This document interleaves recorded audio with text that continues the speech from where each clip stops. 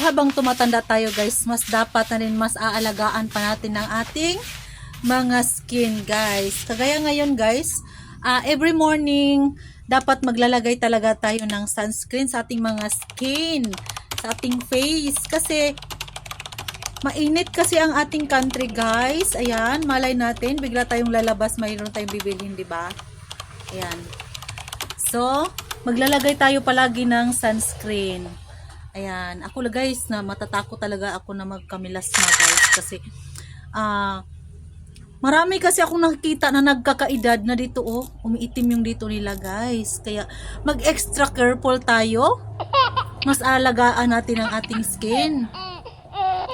Kasi dito yung unang nasusunog dito kasi yung pinakanipis na part ng skin ng ating mukha.